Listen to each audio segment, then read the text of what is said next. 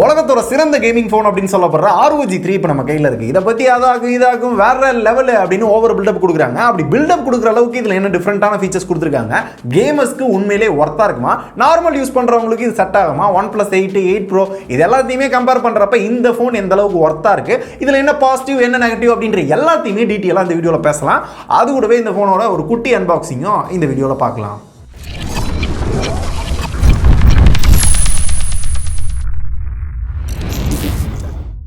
இந்த வீடியோக்குள்ள வந்தோடனே உங்கள் எல்லாத்துக்குமே முதல் கேள்வி இதாக தான் இருக்கும், ஏன் ப்ரோ வீடியோ லேட்டு? முதல் விஷயம், இந்த ஃபோன் லான்ச் ஆகி அடுத்த வாரம் தான் எனக்கு சென்ட் பண்ணாங்க. ரெண்டாவது, வெறும் அன்பாக்சிங் மட்டும் போடுறதுக்கு எனக்கு மனசு இல்லை.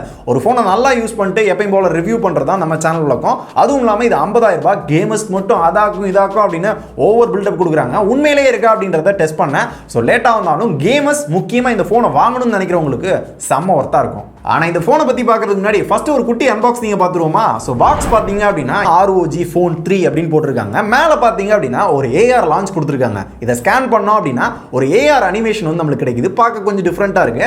இதான் இந்த பாக்ஸில் அவங்க பண்ண டிஃப்ரெண்ட்டான ஒன்றா.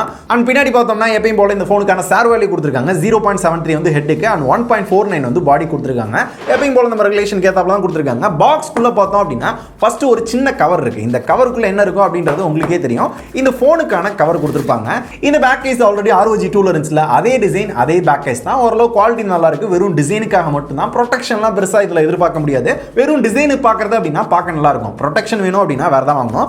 அப்புறம் எப்பயும் போல சில பேப்பர்ஸ் அண்ட் ROG ஸ்டிக்கர்ஸ் வந்து கொடுத்துருக்காங்க. இப்போ இந்த OnePlus ஆப்பில் திறந்து பார்த்தீங்கன்னா Asus இந்த ஸ்டிக்கர் கொடுக்குறாங்க. வேணும் அப்படின்னா வேற எங்கேயாவது எடுத்து ஒட்டிக்கலாம். அடுத்து இந்த சிம் எஜெக்டர் டூல் கூட அந்த ROG டிசைன்ல கொஞ்சம் டிஃப்ரெண்டா கொடுத்துருக்காங்க. எல்லாமே நாங்கள் டிஃப்ரெண்டா தான் கொடுப்போம், இதுவும் அப்படி தான் கொடுப்போம் அப்படின்னு கொடுத்துருக்காங்க. அடுத்து ROG 3 ஃபோன் கொடுத்துருக்காங்க. இந்த கவர்ல இருந்து வெளியே எடுத்தோம் அப்படின்னா இதுதான் ROG 3 ஃபோன். ஸோ இந்த ஃபோனை கையில் எடுத்தோன்னா செம்ம வெயிட்டாக ஃபீல் ஆகுது. அண்ட் ஆல்சோ பார்க்கறதுக்கும் ROG 2 மாதிரி தான் இருக்குது. இந்த ஃபோனை பற்றி டீட்டெயிலாக எடுத்து பார்க்கலாம். இது கடையில் பார்த்தோம்னா இந்த ஃபோனை சார்ஜ் பண்ணுறதுக்கான சார்ஜிங் கேபிள் கொடுத்துருக்காங்க. Type C to Type C. ஆனால் ரிவர்ஸ் சார்ஜிங் சப்போர்ட் கிடையாது. டேரெக்டாக மட்டும் தான் சார்ஜ் பண்ண முடியும். And 30 what wall charging adapter கொடுத்துருக்காங்க. ஸோ இதை யூஸ் பண்ணி அதிகபட்சமாக 1.25 மணி நேரத்துக்குள்ள இந்த ஃபோனை சார்ஜ் பண்ணலான்றாங்க. 6000 mAh பேட்டரி கொடுத்து அதையும் நல்லா ஃபாஸ்ட்டாக சார்ஜ் பண்ண முடியுன்றது ஒரு நல்ல விஷயம் தான். அது கூடவே கடைசியாக இந்த கன்வெர்ட்டரும் கொடுத்துருக்காங்க. அதாவது இதில் இயர்ஃபோன் ஜாக் கிடையாது. இந்த கன்வெர்ட்டர் யூஸ் பண்ணி மட்டும் தான் பண்ண முடியும். ஒரு கேமிங் ஃபோன் அதுலேயும் இயர்ஃபோன் ஜாக் இல்லை அப்படின்றது இதை பற்றி கடைசியில் பேசுவோம். மிச்சபடி பாக்ஸ்க்குள்ள இயர்ஃபோன் அப்படின்லாம் எதுவும் இல்லை. அன்பாக்சிங் அவ்வளோதான். இப்போ ஃபர்ஸ்ட் பாக்ஸ்ல இருந்து ஆரம்பிச்சோம் அப்படின்னா இந்தியாவோட ரீட்டைல் யூனிட் மட்டும் தான் இந்த மாதிரி பாக்ஸ்ல வருது. வேற நாட்டிலாம் பார்த்தோம் அப்படின்னா இந்த மாதிரி டிஃப்ரெண்டான பாக்ஸ்ல தான் இந்த ROG 3 வந்து லான்ச் பண்ணாங்க. ஏன் மிச்ச கண்ட்ரிக்கு மட்டும் இந்த மாதிரி டிஃப்ரெண்டான பாக்ஸ் கொடுத்தாங்க, இங்க ஏன் கொடுக்கல அப்படின்றதெல்லாம். ஆல்சோ அந்த பாக்ஸ்க்குள்ள ஏரோ ஆக்டிவ் கூலர் வந்து கொடுத்துருந்தாங்க. இங்க ஏரோ ஆக்டிவ் கூலர் கிடையாது. இது ROG Phone 1ஓட பாக்ஸ்க்குள்ள பார்த்துருக்கேன். ROG 2லையும் கிடையாது, 3லையும் கிடையாது. இங்க 3ஓட பாக்ஸே மாத்திட்டாங்க. ஏன் நம்ம நாட்டுக்கு மட்டும் இந்த வாரம் வஞ்சனா அப்படின்றது எனக்கு புரியல. ஸோ அன்பாக்சிங் அவ்வளோதான். இப்போ இந்த ஃபோனுக்கு வந்தோம் அப்படின்னா உலகத்திலே சிறந்த கேமிங் ஃபோன் அப்படின்னு சொல்லி அவங்க வைக்கிறாங்க. ஆனால் உண்மை என்ன அப்படின்னா ROG Phone 2 இருக்குல்ல, அதில் லைட்டாக சில விஷயங்களை அப்கிரேட் பண்ணி ROG Phone 3 அப்படின்னு கொண்டு வந்திருக்காங்க. மிச்சபடி பெரிய டிஃபரன்ஸ் இந்த ஃபோனில் எனக்கு தெரியல. இதான் சிம்பிளாக சொல்லணும் அப்படின்னா. டீட்டெயிலாக பேசணும் அப்படின்னா இந்த ஃபோனில் ரொம்ப ஹைலைட்டாக பேசப்பட்டது ஃபர்ஸ்ட் இதோட டிஸ்பிளே. 6.59 இன்ச்சில் ஒரு AMOLED display full HD plus ரெசல்யூஷனில் HDR10 சப்போர்ட்டோட கார்னிங் குரில்லா கிளாஸ் 6 ப்ரொடெக்ஷனோட கொடுத்துருக்காங்க. இதில் 144 Hz ரெஃப்ரெஷிங் ரேட் வந்து கொடுத்துருக்காங்க. இப்போ இருக்கிறதுலே அதிக ரெஃப்ரெஷிங் ரேட் இருக்க ஃபோன் அப்படின்னா இந்த ஃபோன் தான். ஸோ 120 இதுக்கு முன்னாடி இவங்க தான் கொண்டு வந்தாங்க. இப்போ அதிக ரெஃப்ரெஷிங் ரேட்டும் இந்த ஃபோனில் தான் இருக்கு. ஸோ கேம் விளாட்றப்ப அந்த எக்ஸ்பீரியன்ஸ் அடுத்த லெவலுக்கு போகும் அப்படின்னாங்க. நல்லா இருந்துச்சு, ஒத்துக்கிறேன். ஆனால் இதை பற்றி ஒரு கேள்வி கேட்கணும், அதை கடைசியில் கேட்குறேன். அண்ட் இது ஒரு AMOLED டிஸ்பிளே அப்படின்றதுனால நல்ல பிரைட்டாக இருந்துச்சு. செம்ம கலர்ஸ், வீவிங் ஆங்கிள் பார்க்க நல்லா இருந்துச்சு. And also videos, movies, game விளாட்றப்பெல்லாம் நல்ல எக்ஸ்பீரியன்ஸாக இருந்துச்சு. ஆனால் இது ஒரு ஃபுல் வியூ ஸ்க்ரீன் கிடையாது. மேலேயும் கீழேயும் கொஞ்சோண்டு சின்ன வந்து தெரியும். ஏன்னா கேம் விளாட்றப்ப இந்த மாதிரி இருந்தால் தான் ஓரளவு நல்லா இருக்கும் அப்படின்றத டிசைன் பண்ணியிருக்காங்க. இது பெரிய இஷ்யூ கிடையாது. கேமர்ஸ்க்கு பெருசாக பஞ்சாயத்து இருக்காது. ஆனால் இப்போ இருக்க ட்ரெண்டுக்கு ஏத்தாப்புல எதிர்பார்த்தீங்கன்னா இந்த டிஸ்பிளே செட் ஆகாது. லைட்டாக மேலே இங்கேயும் சின்ன இருக்கு, ஆனாலுமே பார்க்க நல்லா தான் இருக்கு. அண்ட் அது கூடவே இந்த டிஸ்பிளேல இன் டிஸ்பிளே ஃபிங்கர் பிரிண்ட் சென்சாரும் கொடுத்துருக்காங்க. நல்லா ஃபாஸ்ட்டாக ஒர்க் ஆகுது, எந்த இஷ்யூவும் கிடையாது. ஓவரால் டிஸ்பிளே அப்படின்னு பார்த்தீங்கன்னா ரொம்ப ஹை ஸ்பெக்கில் இப்போ இருக்கிறதுலே பெஸ்ட்டான குவாலிட்டியில் வந்து கொடுத்துருக்காங்க. ஸோ டிஸ்பிளேல பெருசாக எந்த இஷ்யூ இல்லை. ஒரு சில கேள்வி கேட்கணும், அதை கடைசியில் கேட்குறேன். இதோட டச் சாம்பிளிங் ரேட் பார்த்தீங்கன்னா 270 Hz தான். தென் இந்த டிஸ்பிளேக்கு மேலே கார்னிங் குரில்லா கிளாஸ் 6 ப்ரொடெக்ஷன் கொடுத்துருக்காங்க. அண்ட் பின்னாடி பார்த்தோம்னா கார்னிங் குரில்லா கிளாஸ் 3 ப்ரொடெக்ஷன் கொடுத்துருக்காங்க. இது ஃபுல்லி கிளாஸ் பாடி. நடுவில் மட்டும் பார்த்தோம்னா மெட்டல் பில்ட் பண்ணிருக்காங்க. பில்ட் குவாலிட்டி செம்மையா இருக்கு. அண்ட் டிசைன் அப்படின்னு பார்த்தோம்னா ROG Phone 2 பார்த்திருக்கீங்களா, அதே மாதிரி தான் இருக்கும். பெரிய டிஃபரன்ஸ் கிடையாது. ஆனால் டிசைன் நல்லா தான் இருக்கு. பெருசா குறை சொல்ற அளவுக்கு இல்லை. ஆனால் ஒரே டிசைனை வந்து ஒரு 3 ஃபோன் எடுத்துட்டு வந்திருக்காங்க. இதுலயும் அதே டிசைன் தான். பேக் சைடில் பார்த்தீங்கன்னா அந்த ROG-யோட லோகோ போட்டு அதில் எப்பயும் போல அந்த RGB லைட்டிங் கொடுத்துருக்காங்க. அண்ட் ஆல்சோ நம்ம கேம் விளாட்றப்ப அந்த ஹீட் எல்லாத்தையுமே வெளியேற்றுறதுக்கு அந்த தெர்மல் ஏர் வெண்டர் வந்து கொடுத்துருக்காங்க. அந்த டிசைனை இந்த தடவை லைட்டாக சேஞ்ச் பண்ணிருக்காங்க. ஓவராலாக டிசைன் டிசைன் பார்க்கறதுக்கு நல்லா தான் இருக்கு. அடுத்த ஒரு கேமிங் ஃபோனுக்கு ரொம்ப முக்கியமானது ஃபர்ஸ்ட் அதோட ப்ராசஸர். Snapdragon 865 கொடுத்துருக்காங்க. வேர்ல்ட்லேயே ஃபர்ஸ்ட் டைம் இந்த ஃபோனில் தான் யூஸ் பண்ணியிருக்காங்கன்னு நினைக்கிறேன். இப்போ இருக்கிறதுல லேட்டஸ்ட் ஃபிளாக்ஷிப் ப்ராசஸர் மிச்ச எல்லா ஃபோனுக்கும் செம்ம காம்படிட்டிவாக இருக்கும் இப்போ இருக்க ஹையர் அண்ட் ஃபோன் எல்லாத்துக்குமே. அண்ட் ஆல்சோ கேமிங்க்கு GPU பார்த்தோம்னா Adreno 650 கொடுத்துருக்காங்க. ஸோ பர்ஃபார்மன்ஸில் குறையே சொல்ல முடியாது, வேற லெவல் பர்ஃபார்மன்ஸ். அதுலேயும் முக்கியமாக கேம்லாம் விளாண்டோம் அப்படின்னா ஒரு வேற லெவல் எக்ஸ்பீரியன்ஸாக இருக்கும். ஏன்னா கேமர்ஸ்க்காகவே கொண்டு வரப்பட்ட ஒரு ஃபோனு. கேமர்ஸ்க்காக டிஃப்ரெண்ட்டாக இந்த ஃபோனில் என்ன பண்ணியிருக்காங்க அப்படின்னு கேட்டிங்கன்னா ஏர் ட்ரிகர் இருக்குது. இது ஆல்ரெடி ROG ஃபோன் 1, 2ல இருந்து அதே விஷயம் தான் இப்போ சில ஃபோனில் நார்மலாகவே வர ஆரம்பிச்சிருச்சு. ஸோ இதில் ஏர் ட்ரிகர் 3 கொடுத்துருக்காங்க. இங்கே 2 பட்டனில் 4 பட்டன் வந்து யூஸ் பண்ணிக்க முடியும். அண்ட் நம்மளோட ஃபோனை எப்படி ஷேக் பண்ணோம் அப்படின்னா கன்னை ரீலோட் பண்ணுறது, இந்த மாதிரி ஒரு சில விஷயங்கள் நம்மளால் கஸ்டமைஸ் பண்ணிக்க முடியும். அண்ட் ஃபோனோட இந்த சைடில் ஸ்லைட் பண்ணோம் அப்படின்னா பிரைட்னஸ் வந்து இன்க்ரீஸ் பண்ணுறது, டிக்ரீஸ் பண்ணுறது, அதை லாக் பண்ணுறது, அண்ட் எவ்வளோ FPSல அந்த கேம் வந்து விளாண்டுக்கிட்டு இருக்கும், எவ்வளோ டிகிரி செல்சியஸில் நம்மளோட ஃபோன் வந்து ஹீட் ஆகுது, CPU எவ்வளோ போகுது, GPU எவ்வளோ போகுது, அதோட பர்ஃபார்மன்ஸ் எப்படி இருக்குது அப்படின்ற எல்லாத்தையும் பார்த்துக்கலாம்.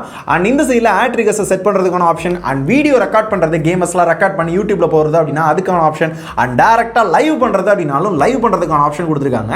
ஆனால் டேரெக்டாக யூடியூப்ல மட்டும் தான் லைவ் பண்ண முடியும். ஃபேஸ்புக் மிச்ச ஆப்லாம் வேணும்னா வேறு மாதிரி தான் நீங்கள் பண்ணிக்கணும். அண்ட் அடுத்து எக்ஸ் மோட் அப்படின்னு ஒன்று இருக்குது. இது ஆன் பண்ணோம் அப்படின்னா அந்த பர்ஃபார்மன்ஸ் எல்லாத்தையுமே இன்னும் பூஸ்ட் பண்ணி கொடுத்து அந்த கேமிங் எக்ஸ்பீரியன்ஸை இன்னுமே பெட்டர் பண்ணோம் அப்படின்னாங்க.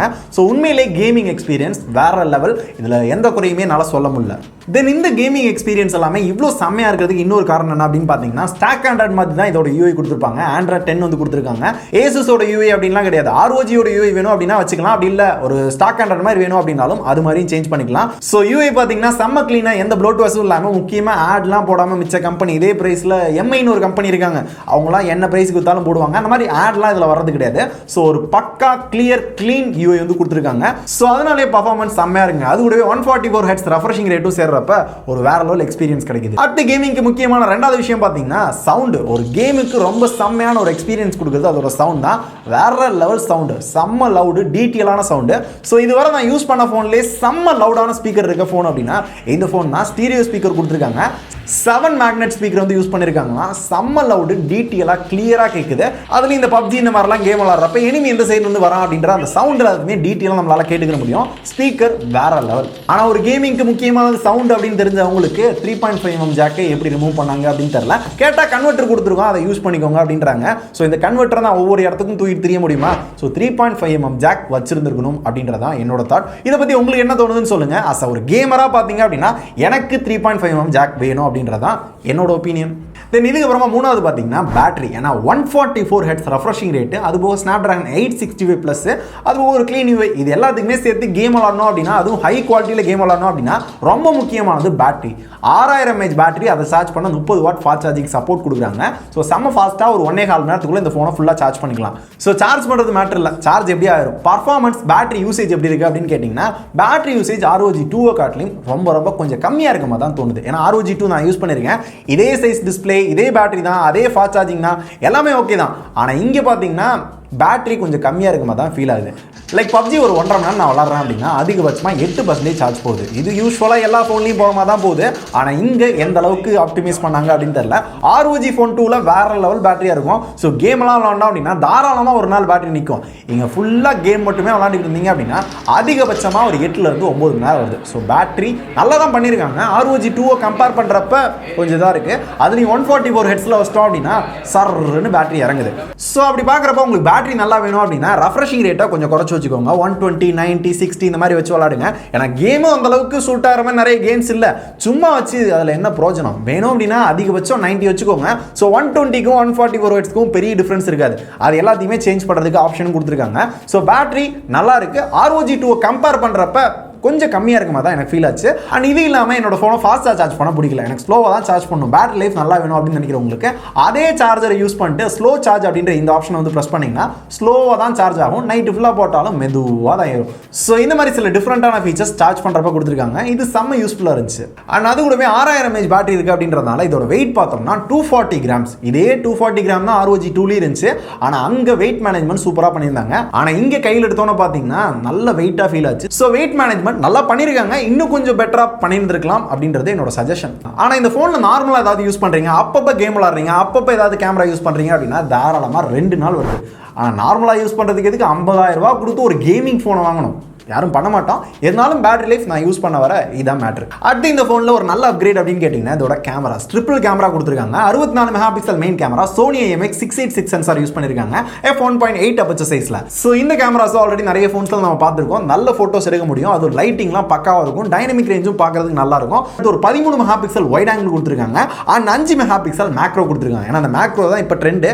எல்லா ஃபோன்லையும் கொடுக்குறாங்களே, நானும் கொடுப்பேன் அப்படின்னு Asus கொடுத்துருக்காங்க. ஸோ இந்த மாதிரி ஒரு ட்ரிபிள் கேமரா செட்டப் இருக்கு. இந்த கேமராவில் டிஃப்ரெண்டான ஃபீச்சர் அப்படின்னு பார்த்தீங்கன்னா 8Kல வீடியோ ஷூட் பண்ண முடியும். ஆனால் 8K எத்தனை பேர் யூஸ் பண்ணுவாங்கன்னு தெரியல. 8Kல முடியும். அண்ட் ஆல்சோ ஸ்லோ மோஷனும் 4K வரையும் எடுத்துக்கிற முடியும். அண்ட் அது கூடவே ப்ரோ வீடியோ மோட் வந்து கொடுத்துருக்காங்க. Like ISO, focus and shutter speed எல்லாத்தையுமே கண்ட்ரோல் பண்ணி வீடியோ எடுக்கிறது அப்படினால எடுத்துக்கிற முடியும். அதுக்கான ஆப்ஷன் கொடுத்துருக்காங்க. யூஸ்வலாக எந்த ஃபோன்லையுமே மேக்ஸிமம் கொடுக்க மாட்டாங்க. இந்த ஃபோனில் இருக்கு. அண்ட் ஒரு வீடியோ எடுக்கிறப்போ ஒரு குறிப்பிட்ட இடத்துல வந்து வர ஆடியோ மட்டும் கேப்சர் பண்ணோம் அப்படின்னாலும் பண்ணலாம். அதை செலக்ட் பண்ணிக்கிற முடியும். அதுக்கு தானே சுற்றி 4 மைக் கொடுத்துருக்காங்க. ஸோ இந்த மாதிரி ஒரு சில டிஃப்ரெண்டான ஃபீச்சர்ஸ் கொடுத்துருக்காங்க. ஆனால் இதோட பர்ஃபார்மன்ஸ் அப்படின்னு கேட்டிங்கன்னா நல்லா இருக்கு. வீடியோஸ், போட்டோஸ் எல்லாமே நல்ல லைட்டிங்ல எல்லாமே நல்லா தான் இருக்கு. லோ லைட்லயும் ஓரளவு பெட்டராகவே பர்ஃபார்ம் பண்ணுது. யூஸ்வலா ROG ஃபோனில் கொஞ்சம் குறையா இருக்குது என்ன அப்படின்னு கேட்டிங்கன்னா கேமரா தான். ஸோ இங்கேயும் ஓரளவு நல்லா பண்ணியிருக்காங்க இந்த தடவை மிச்ச ஃபோனை கம்பேர் பண்ணுறப்ப. அண்ட் அடுத்து ஃப்ரண்ட்ல 24 மெகா பிக்சல் செல்ஃபி கேமரா கொடுத்துருந்தாங்க. உண்மையிலேயே செல்ஃபி கேமரா எனக்கு பிடிச்சிருந்துச்சு. ஏன் அப்படின்னா லோ லைட்ல கூட நல்ல செல்ஃபி வந்து எடுக்க முடிஞ்சு. ஏன்னா லோ லைட்ல போர்ட்ரேட்ல போட்டோ எடுத்தா கூட அந்த பேக்ரவுண்ட் பிளர் பார்க்கறதுக்கு நல்லா இருக்கு. ஓவராலா செல்ஃபி கேமரா எனக்கு ரொம்ப பிடிச்சிருந்துச்சு. ஓவராலா கேமராவே ROG 3ல ஓரளவு நல்லா அப்கிரேட் பண்ணியிருந்தாங்க. ஒரு நல்ல கேமரா தான். இதுக்கப்புறமா இதில் யூஸ் பண்ணிருக்க மெமரி பார்த்தோம்னா 8GB RAM 128GB internal, 12GB RAM 256GB internal, 16GB RAM 512GB internal அப்படின்ற இன்னொரு வேரியன்ட் லான்ச் பண்ணாங்களா. இந்தியாவில் நல்லா சேல் ஆச்சு அப்படின்னா அதை கொண்டு வரும் அப்படின்றாங்க. இப்போ வர 12GB வரையும் அவைலபிள் இருக்கு. இதில் LPDDR5 RAM வந்து யூஸ் பண்ணியிருக்காங்க. ஸோ ஸ்பீட் எல்லாமே செம்ம பக்காவாக இருக்கு. அண்ட் எல்லா சென்சாரும் இந்த ஃபோனில் அவைலபிளாக இருக்கு. ஃபிங்கர் பிரிண்ட் சென்சார் இருக்கு, NFC இருக்கு, Wi-Fi 6 இருக்கு, Bluetooth 5.1 இருக்கு, 5G சப்போர்ட் இருக்கு. இந்தியாவில் 5G இல்லை, இருந்தாலும் 865ல 5G வரும். அதுக்கான ரீசன் நம்ம சொல்லியிருந்தோம். இன்கேஸ் தெரிஞ்சுக்கணும் அப்படின்னா இந்த வீடியோ செக் பண்ணி பாருங்க, உங்களுக்கு தெரியும். அண்ட் கேம் விளையாடுறப்பையும் சரி, நார்மலாக யூஸ் பண்ணுறப்பையும் சரி, ஹாப்டிக் ஃபீட்பேக் சூப்பராக இருந்துச்சு. அதாவது அந்த வைப்ரேஷன் சூப்பராக இருந்துச்சு. அண்ட் கடைசியாக அது ஒரு கேமிங் ஃபோன் அப்படின்றதுனால இதுக்குன்னு ஒரு சில ஆக்சசரிஸும் லான்ச் பண்ணியிருக்காங்க. இந்த ஹீட் எல்லாத்தையுமே வெளியேற்றுறதுக்கு ஒரு இதுவும் அண்ட் ஆல்சோ ஒரு ஜாய்ஸ்டிக், டூயல் ஸ்க்ரீன் அது இதுன்னு லான்ச் பண்ணாங்க. ஆனால் அதெல்லாம் இந்தியாவில் கிடைக்குதா அப்படின்றது தான் தெரில. ஏன்னா ROG ஃபோன் 1 லான்ச் பண்ணப்பையும் சரி, 2 லான்ச் பண்ணப்பையும் சரி, இப்பயும் சரி, அந்த ஆக்சசரிஸ் எங்கே கிடைக்குது அப்படின்றது எனக்கே தெரில. நிறைய வீடியோஸில் கிடைக்குதுன்னு சொல்கிறாங்க. அண்ட் ஆல்சோ கம்பெனி சைடும் சொல்கிறாங்க. அது எங்கே கிடைக்குதுன்னு சொன்னால் கொஞ்சம் நல்லா இருக்கும் தலைவா. ஏன்னா வெப்சைட்லையும் செக் பண்ணிட்டேன், அண்ட் ஆல்சோ ஃப்ளிப்கார்ட், அமேசான்லையும் செக் பண்ணிட்டேன். அதெல்லாம் கிடைக்கிற மாதிரியே தெரில. ஸோ சும்மா நானும் லான்ச் பண்ணுறேன் அப்படின்னு மிச்ச கண்ட்ரியில் மட்டும் லான்ச் பண்ற மாதிரி தெரியுது. சோ உண்மையிலேயே இந்த ஆக்சசரிஸ்லாம் அவைலபிளா இருந்துச்சு அப்படின்னா டிஸ்கிரிப்ஷன் லிங்க் கொடுக்குறேன். வேணும்ன்றவங்க இந்த போனை வாங்குறவங்க ட்ரை பண்ணிக்கோங்க. அண்ட் ஆல்சோ இந்த ஆக்சசரிஸ்லாம் வாங்குறீங்க அப்படின்னா ROG ஃபோன் 2க்கு யூஸ் பண்ணிக்கலாம், 3க்கு யூஸ் பண்ணிக்கலாம்ன்றாங்க. ஏன்னா ரெண்டு ஒரே ஃபோன் தானே, ஒரு சில விஷயத்தான மாத்திருக்காங்க, மிச்சபடி எல்லாமே அதே தான் அப்படின்றத அவங்களும் மீன் பண்றாங்க. சோ ஓவராலா இந்த போன்ல என்ன செம்மையா இம்ப்ரெஸ் பண்ண பாசிட்டிவ்லாம் என்ன அப்படின்னு கேட்டீங்கன்னா 144 ஹெட்ஸ் வந்து கொடுத்துருக்காங்க. டிஸ்பிளே யூஸ் பண்றதுக்கு அவ்வளோ செம்மையா இருக்கு. அண்ட் பர்ஃபார்மன்ஸ் அத்து எரியும். அண்ட் கேமிங்லாம் வேற லெவலா இருக்கும். கேமர்லாம் வாங்குறீங்க அப்படின்னா செம்ம யூஸ்ஃபுல்லா இருக்கும். ஏன்னா நீங்க விளையாடுற வீடியோ வந்து ரெக்கார்ட் பண்றது, லைவ் பண்றது, இந்த மாதிரி நிறைய விஷயத்தை ஆக்சஸ் பண்ணலாம். ஏர் ட்ரிகர் 3 கொடுத்துருக்காங்க. இந்த மாதிரி ஷேக் பண்ணோம் அப்படின்னா ஒரு சில விஷயத்தை இந்த மாதிரி கெஸ்டர்ஸா யூஸ் பண்ணிக்கிற முடியும். 4000 mAh பேட்டரி கொடுக்குறாங்க, அதையும் ஃபாஸ்டா சார்ஜ் பண்ணிக்கிற முடியும். இப்போ இருக்க எல்லா ஃபிளாக்ஷிப் ஃபோன்லையும் என்னென்ன கொடுப்பாங்களோ அது எல்லாத்தையுமே மிஞ்சிரமா தான் கொடுத்துருக்காங்க அப்படின்னு சொல்லலாம். ஆனா இங்க என்ன நல்லா இல்லை அப்படின்னு கேட்டீங்கன்னா முதல் விஷயம் இதோட வெயிட். ஸோ வெயிட் பாத்தீங்க அப்படின்னா பயங்கரமா ஃபீல் ஆகும். கொஞ்ச நேரம் வச்சு கேம் விளாடுறீங்க அப்படின்னா தெரியாது. அதுலயும் முக்கியமா ரொம்ப நேரம் ஃபோன்லாம் பேசுறீங்கன்னு வைங்களேன், கை வலிக்கும். ஏன்னா ஒரு 1/4 கிலோ ஃபோனை கையில் வச்சுட்டு எவ்வளோ நேரம் இருக்க முடியும். அதனால வெயிட் மேனேஜ்மெண்ட் இன்னும் பெட்டர் பண்ணியிருக்கணும். இல்லை வெயிட் ஏதாவது குறைக்க ட்ரை பண்ணியிருக்கலாம். அடுத்து இது ஒரு ரெஃப்ரெஷிங் ரேட். ஏன்னா இப்போ தான் நல்லா இருக்குன்னு அப்படின்னு கேட்டிங்கன்னா கரெக்ட் தான், நல்லா இருக்கு. 144 ஹெட்ஸ் கொடுத்துருக்காங்க. ஆனால் 144 ஹெட்ஸில் எத்தனை கேம் இருக்கு? நம்ம விளாட்ற கேம், நம்ம விளாட்ற PUBG இருக்கா, Asphalt 9 இருக்கா, COD இருக்கா, நிறைய கேம்ஸ் இருக்கு 144 ஹெட்ஸில், 120 ஹெட்ஸில் இருக்கு. அவங்களே வந்து ரெஃபர் பண்ணுறாங்க. ஆனால் அந்த கேம்ஸ்லாம் நம்ம அதிகமாக விளாட்றது கிடையாது. ஸோ இந்த மாதிரி மிச்ச கம்பெனிஸோட நாங்கள் டிஃப்ரெண்ட்டாக பண்ணுறோம் அப்படின்றத காட்டுறதுக்கு பண்ணுறாங்களே தவிர யூசருக்கு என்ன மாதிரி பண்ணலாம் அப்படின்றத இது பண்ணல. மேபி ஃபியூச்சரில் யூஸ் ஆகலாம். ஃபியூச்சரில் யூஸ் ஆகிறதுக்கு இப்போயே வேணுமான்றதை யோசிச்சுக்கோங்க. இந்த 144 ஹெட்ஸை வச்சு நான் யூஸ் பண்ணுறேன் அப்படின்னா, நார்மலாக யூஸ் பண்ணுறேன் இல்லை கேம் விளாட்றேன் அப்படின்னா பேட்டரி தரமாக குறையுது. ROG 2 காட்டிலையும் ROG 3ல பேட்டரி கொஞ்சம் கம்மியாக இருந்த மாதிரி தான் எனக்கு ஃபீல் ஆச்சு.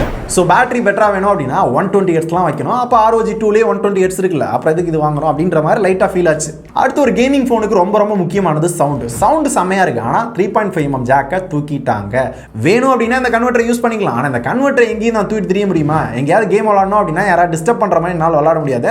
ஸோ கன்வெர்ட்டர் பிஞ்சு போச்சு அப்படின்னா இதை வேறு தனியாக வேறு வாங்கணும். அதுக்கு 3.5mm ஜாக்கை கொடுத்துருக்கலாம். ஏன்னா அதே வெயிட், அதே டிசைன் எல்லாமே நல்லா பண்ணியிருக்காங்க. அதை 3.5mm ஜாக்கையும் வச்சிருந்துருக்கலாம்ல. அடுத்து ஒரு 50,000 ரூபா கொடுத்து இந்த ஃபோனை வாங்குறேன் அப்படின்னா வயர்லெஸ் சார்ஜிங் கிடையாது, IP ரேட்டிங் கிடையாது, அண்ட் கேமராவில் OIS சப்போர்ட் கிடையாது. ஸோ நான் வீடியோ எடுக்கிறேன் அப்படின்னா ஓரளவு ஷேக்கோட தான் என்னால் வீடியோ எடுக்க முடியும். ஸோ வீடியோவும் பரவாயில்லாமல் இருக்கும், நல்லா இருக்கும், நல்லா இல்லைன்னு சொல்ல. இன்னும் OIS கொடுத்துருந்தாங்க அப்படின்னா நல்லா இருந்திருக்கும். அண்ட் முக்கியமாக உங்கள் எல்லாத்துக்குமே தோன்ற ஒரு கேள்வி என்னன்னா, ப்ரோ கேம் விளாட்றப்ப இந்த ஃபோன் ஹீட் ஆகுதா ப்ரோ, அதை சொல்லுங்க அப்படின்னு தான் கேட்பீங்க.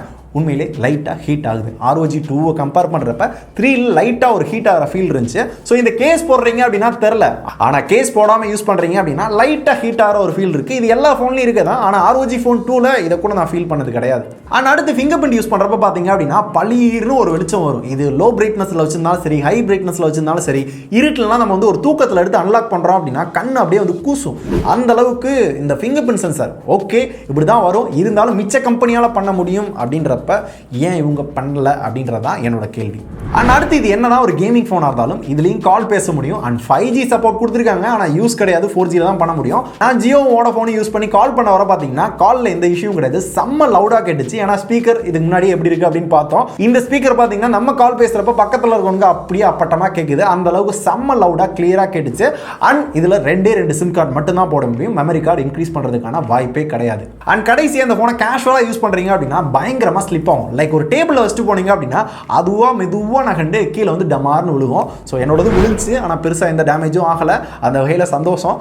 ஆனால் கீழே விழுறதுக்கான வாய்ப்பு நிறைய இருக்குது, செம்ம ஸ்லிப்பரியாக இருக்குது. ஸோ இது எல்லாமே தான் இந்த ஃபோனில் இருக்க பாசிட்டிவ் என்ன நெகட்டிவ் என்ன அப்படின்ற எல்லாத்தையுமே டீட்டெயிலாக பார்த்தோம். இதன்படி இதோட ப்ரைஸ் எவ்வளோ அப்படின்னு பார்த்தீங்கன்னா உங்களுக்கே தெரிஞ்சிருக்கும், 50,000 ரூபாய். 50,000 ரூபாய்க்கு இந்த ஃபோனை வாங்கலாமா ப்ரோ அப்படின்னு கேட்டிங்கன்னா அது உங்களோட விருப்பம் தான் நண்பா. இந்த ஃபோனில் என்ன நல்லா இருக்குது நல்லா இல்லை அப்படின்றத உங்கள்கிட்ட சொல்லிட்டேன். ஆனால் வாங்கலாமா வேணாமா அப்படின்ற முடிவை நீங்களே எடுத்துக்கோங்க. சிம்பிளாக சொல்லணும் அப்படின்னா ROG Phone 2 இருக்குல்ல, அதே டிஸ்பிளே, அதே பேட்டரி, அதே ஃபாஸ்ட் சார்ஜிங், ப்ராசஸர் மாற்றிருக்காங்க, கேமரா மாற்றிருக்காங்க, and also 144 Hz refreshing rate வந்து கொடுத்துருக்காங்க. அண்ட் அது கூடவே ஒரு சில விஷயத்தை பட்டிட்டிங்கரிங் பண்ணியிருக்காங்க. மிச்சபடி பெரிய டிஃபரன்ஸ் கிடையாது. அப்படி பார்க்குறப்ப அஸ் அ காமன் யூஸராக நான் ஒரு யூஸராக ஒரு 50,000 ரூபாய்க்கு இந்த ஃபோனை வாங்க வேணான்னு கேட்டிங்கன்னா மாட்டேன். ஏன்னா ROG Phone 2வே பெட்டர் அப்படின்ற மாதிரி தான் தோணுது. 40,000 எங்கே இருக்குது, 50,000 எங்கே இருக்குது, இந்த 10,000 ரூபாய் எதுக்காக பண்ணாங்க அப்படின்னு கேட்டிங்கன்னா மொதல் விஷயம் ROG Phone 2ல இருந்து அப்கிரேட் பண்ணியிருக்காங்களே, அதுக்கு GST பிரைஸ் இன்க்ரீஸ் எல்லாத்தையுமே சேர்த்து எங்களால் 50,000 ரூபாய் அப்படின்றதான் ஒரு கரெக்டான ப்ரைஸுக்கு பண்ண முடியும் அப்படின்னு சொல்லியிருக்காங்க. ஸோ 50,000 ரூபாய்க்கு வாங்குறவங்க வாங்கிக்கலாம், லேட்டஸ்ட் தான் வேணும் அப்படின்னு நினைக்கிறவங்க. ஆனால் ROG 2வே வந்து ஓரளவு கேமர்ஸ் நல்லா இருந்த மாதிரி தான் தோணுச்சு. ஆனால் ஒரே பிரச்சனை என்ன அப்படின்னா ROG 2வை நிப்பாட்டிட்டாங்க. ROG 3 வந்தோன்னா 2வை நிப்பாட்டிட்டாங்க.